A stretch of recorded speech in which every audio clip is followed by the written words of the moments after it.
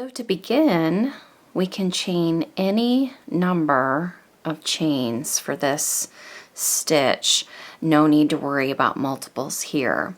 So I'm just going to chain probably about 30 chains to start, and I'm going to be working this in the round.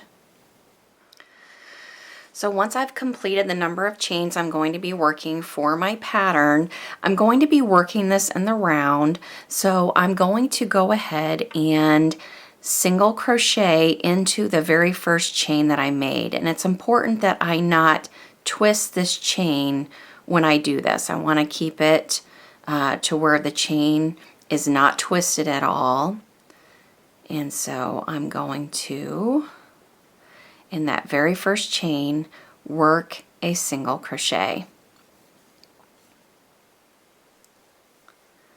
You can mark this if you'd like as your first stitch. But now I'm going to work a single crochet in every chain around. So just inserting our hook into that chain and working a single crochet. And then just repeat that in every chain all the way around to our first stitch. So I've worked a single crochet in every chain. I'm back at my first stitch that I had marked.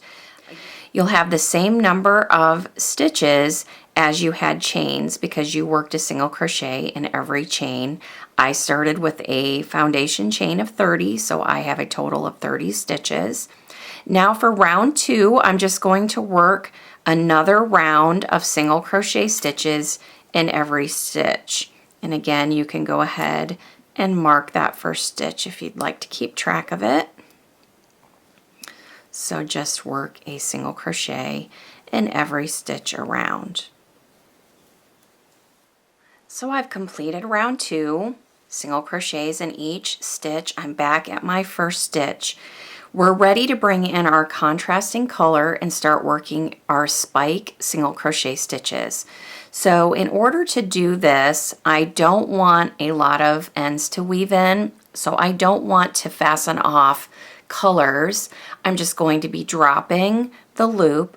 But before I do that, I'm going to want to pull up that loop nice and tall so my stitch won't pull out as I'm working the next round. You could also go ahead and move your stitch marker to that loop and then it won't pull, but even just leaving it a nice tall loop generally will be enough for you. So in order to bring in that second color, I'm going to get that on my hook.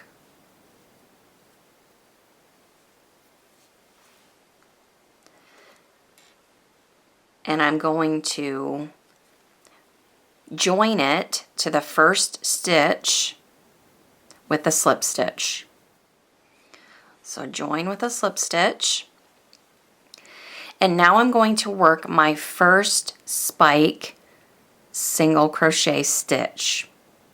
And so I'm going to be inserting my hook in the same, under that same stitch. So you can see this is the first single crochet of that previous round, and I'm going to insert my hook right underneath that single crochet. So basically, I'm inserting my hook into the same space or stitch that I worked that single crochet in. So insert your hook just below that single crochet stitch and work a single crochet. So you're going to pull up a tall loop and complete your single crochet. And I'm going to work a spike single crochet stitch over every stitch. So I'm going to insert my hook at the base of that single crochet stitch, the next one, yarn over and pull up a tall loop, and then yarn over and pull through 2. And then repeat. Inserting our hook below that next single crochet, yarn over, pull up a loop, and then complete your single crochet. So just continue repeating working that single crochet spike stitch over every stitch of that previous row. And the reason you're pulling up that tall loop is because you want it to be the height of your current row. So you want it to be tall enough to work over that single crochet and be at the height of your current round. So just continue working those stitches all the way around until you get back to the beginning.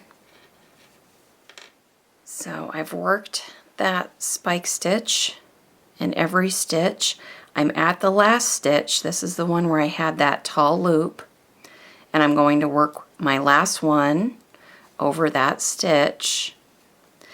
And then once I've completed that last stitch, I'm going to do the same thing. I'm going to pull up a nice tall loop and remove my hook. And now I'm going to insert my hook into that tall loop from the previous round. And if you need to, go ahead and put that stitch marker to hold that loop.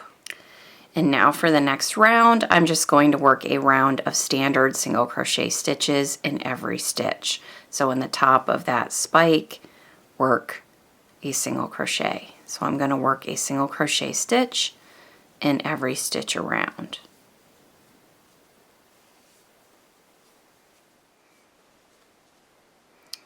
Now I'm working that last single crochet in that last stitch, which is the stitch that has the tall loop.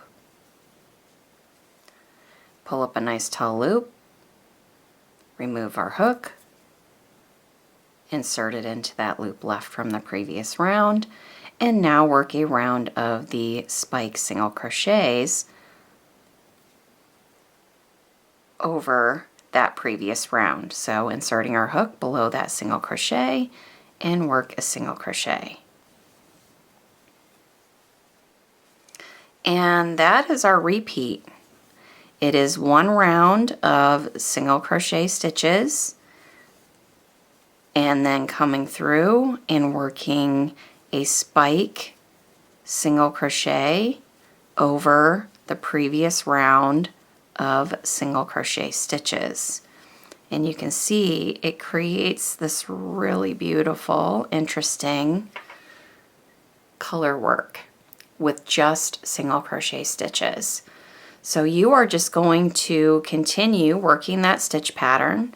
So you're going to be repeating rounds 4 and 5, alternating your colors, pulling up your loops at the end so that you don't have to fasten off and rejoin your yarn, and you won't have a ton of ends to weave in until you get to the size desired for your project.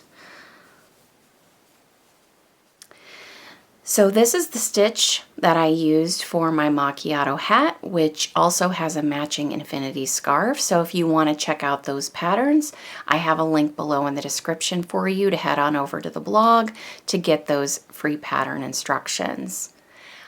I hope you enjoyed this tutorial today. Thanks so much for joining me. As always, remember to subscribe to my YouTube channel so you never miss a new video. Thanks everyone. I'll see you soon. Take care. Bye-bye.